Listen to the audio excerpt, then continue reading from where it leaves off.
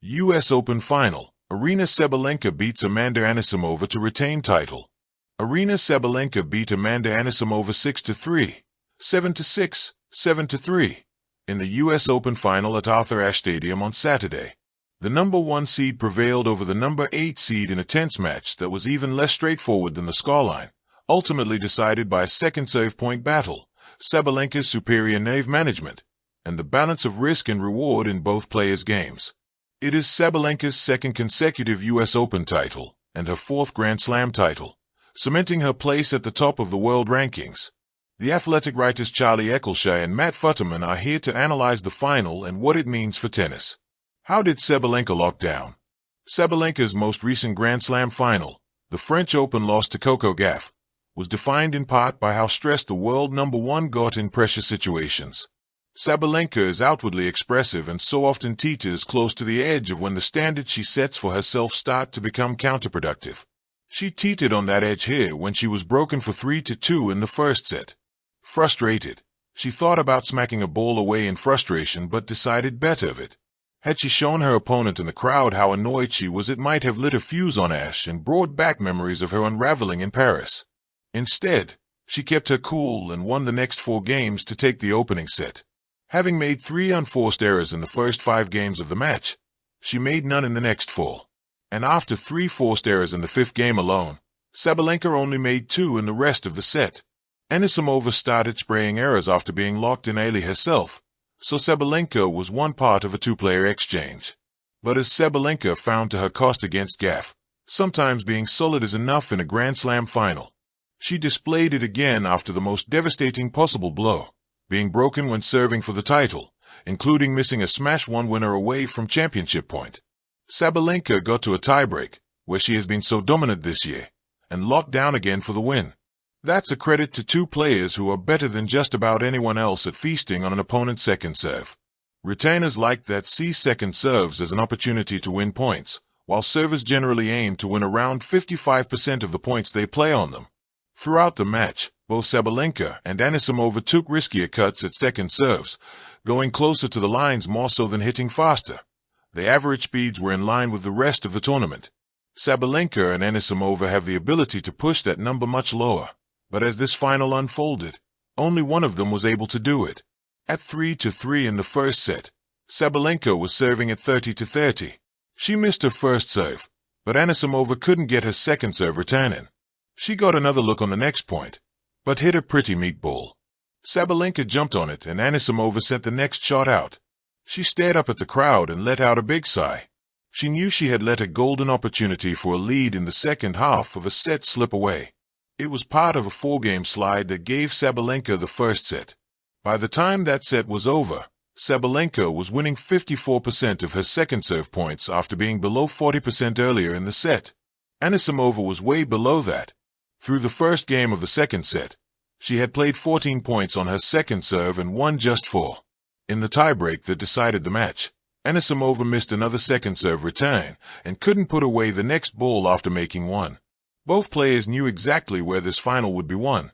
It was Sabalenka who prevailed in that decisive battle, and with it, the match. How did Sabalenka's variety help her find an outlet? Sabalenka's improved variety has largely sent her to the top of the sport. For years, she was purely a power player, whose solution for making errors on hard shots was to hit harder.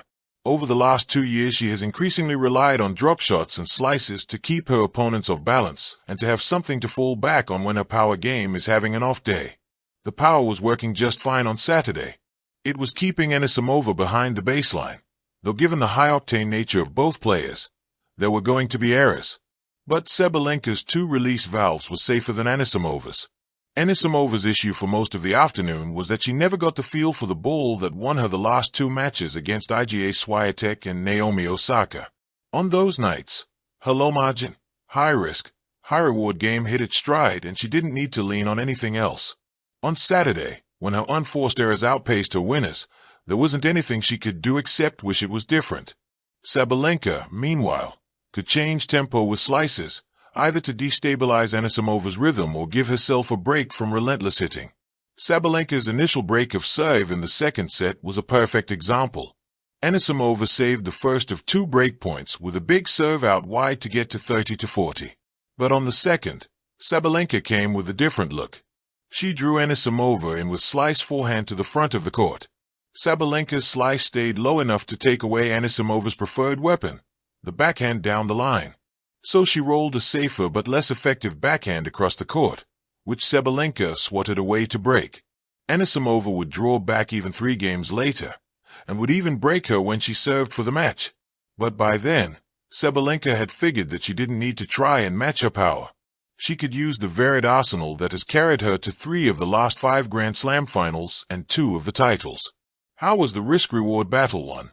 Early on, Anisimova's all-or-nothing approach was paying dividends. She was crushing winners and was reducing Sabalenka to the unusual role of antagonist, something she really doesn't enjoy. But as the match wore on, the risk-reward of Anisimova's game started to lean too far the other way. Anisimova's 2 strongest and devastating shots, the ones she uses to win tennis matches, are her forehand and backhand down the line. They are huge weapons and are basically unplayable, but they are also low margin. More importantly, they are lower margin than Sabalenka's 2 best shots. Sabalenka hits plenty of unbelievable forehands and backhands too, but they are most often cross-court, with vicious whip and short angles that take her opponents out of play, but also take the ball over the lowest part of the net. That was most notable in the second set. With Sabalenka serving up 4-3, Anisimova made 4 errors, 2 unforced, 2 forced, to give the world number 1 an extremely welcome nudge towards the finish line. Later, she reversed that trend, getting 1 more ball into play to draw a missed smash from Sabalenka when she was 2 points from victory, serving at 5-4 in the second set. But her first returning point in Sabalenka's next service game and the first 2 of the tiebreak were missed returns. One of them, on a second serve, came from a backhand down the line sailing wide. Sabalenka had won her previous 18 tiebreaks and has spoken about the importance of locking down early on in them. She was able to do so again here, with Anisimova's missed returns helping her to do so. Thank you for watching.